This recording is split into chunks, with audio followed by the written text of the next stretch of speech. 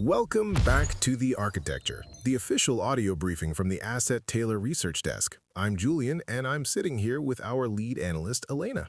Great to be here, Julian. Elena, earlier today we pushed a piece of research to our clients that I really want to unpack, because it is an absolute masterclass in corporate survival. The headline is simple.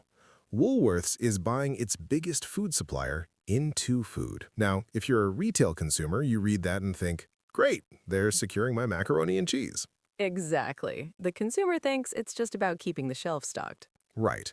But from our desk, looking at the actual flow of capital, this isn't a grocery story. This is a story about a company building a fortress. In corporate strategy, we call it vertical integration, but I prefer to call it buying the plumbing. Elena, walk us through the actual numbers of this deal because it's not small. No, it's not small at all.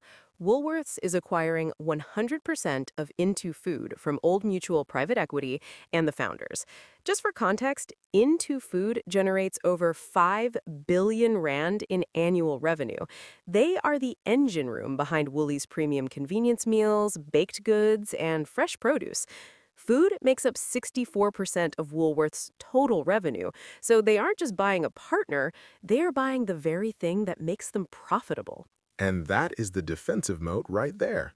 Let's be honest, we live in an era of macro chaos. Supply chains are fragile. Logistics in South Africa are, well, we all know about the ports. If you outsource the manufacturing of your most profitable product, you are at the mercy of third-party pricing. You are at the mercy of their problems. By acquiring In2Food, Woolworths is essentially saying, we don't just want to serve the meal, we want to own the kitchen. Spot on. It's an inflation shield. When you control the input costs, you protect your margins.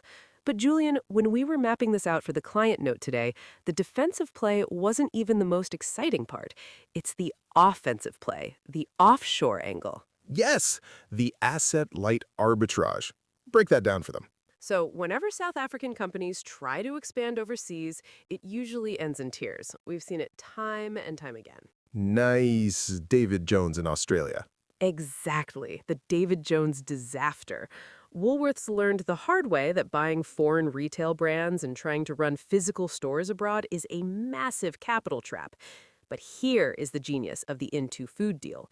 In2Food already has a robust pipeline of international B2B clients in the wholesale and food service sectors. Which means Woolworths just bought a Trojan horse.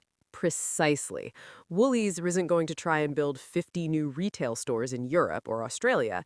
Instead, they're going to use In2Food's existing plumbing to export their premium food IP directly to other businesses globally. It's offshore expansion, but without the risk of signing 10-year commercial leases in foreign malls. It's brilliant. You get the hard currency revenue without the real estate risk. So let's bring this home for the Asset Tailor community. What is the overarching lesson here for the investor listening right now? The lesson is to audit your portfolio for control. In a high inflation, high interest rate environment, the companies that control their supply chains are going to eat their competitors alive. If the companies you own are constantly at the mercy of vendor negotiations, their margins are structurally exposed. Capital flows toward control. Capital flows toward control. I couldn't have said it better myself. Don't just sell the product, own the infrastructure that makes it. That's our read on the market today. If you want to see the full structural breakdown and the data behind this move, you can find the written report on our LinkedIn page or directly on the Asset Tailor portal. Until next time, stop trading the noise and start architecting your wealth.